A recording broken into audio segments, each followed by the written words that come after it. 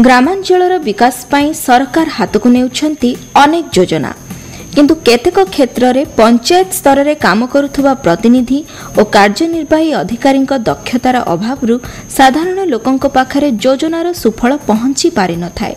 केतेक समय रे खर्च होई न पारि फेरी जाए अनुदान। योजना गुड़िकर सफल रूपायन करने पंचायत स्तर में निर्वाचित प्रतिनिधि मानकर दायित्वबोध और दक्षता वृद्धि पाई सरकार गुरुत्व देउछंती।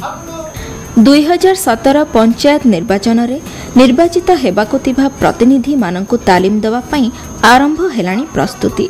पंचायत स्तर रे नवनिर्वाचित प्रतिनिधि मानकु जे प्रशिक्षक माने तालीम देबे सेमानक प्रशिक्षण पई भुवनेश्वर स्थित राज्य ग्राम्य उन्नयन और पंचायती राज प्रतिष्ठान बा SIRD एंड PR परिसर रे निकट रे अनुष्ठित होई जायछि एक रिफ्रेशर तालीम कार्यक्रम।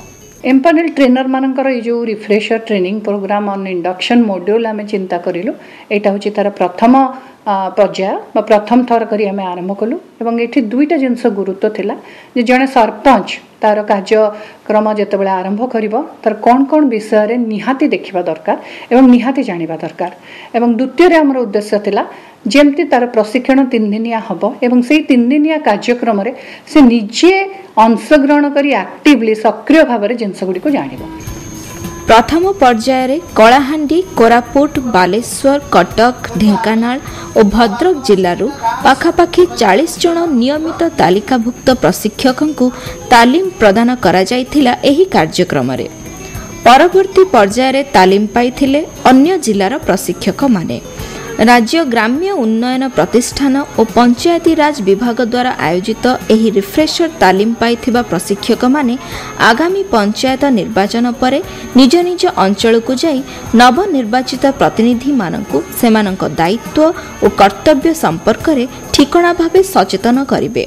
आमर काम होची जे सरपंच मानकर कैपेसिटी बिल्डिंग करिया। से माने बहुत जानि चंदी किछि सरपंच मध्ये अछंती जो माने 2-3 थर आसिलेनी किछि अछंती पर नुआ अछंती। एथि आमर मुख्य भूमिका रहउची जहाँ सरकारंकर कार्यक्रम रहिछि जहाँ नियम नीति नियम रहिछि से नीति नियम को आमे सेमानका उपस्थापन करिवो सेमानका निजर दक्षता वृद्धि करिवे जहाँ फल समस्त कार्यक्रम तृणमूल स्तर रे संपादित होई परिवो। जो प्रतिनिधि माने नूतन निर्वाचित होकर आसुचंती पंचायत राज व्यवस्था भितर समस्त प्रतिनिधि मानकर कैपेसिटी बिल्डिंग ट्रेनिंग करबा पाई ये 2 दिन ट्रेनिंग रिफ्रेशर ट्रेनिंग आम मानकु दियागला। आमे माने एठू जो नॉलेज गेन कलु ताकू फैसिलिटेट करिवो। सरपंच, समिति सभ्य और वार्ड मेंबर मानकर दक्षता वृद्धि घटिले ग्रामांचलर साधारण लोके पाई पारिबे विभिन्न योजनार सुफल।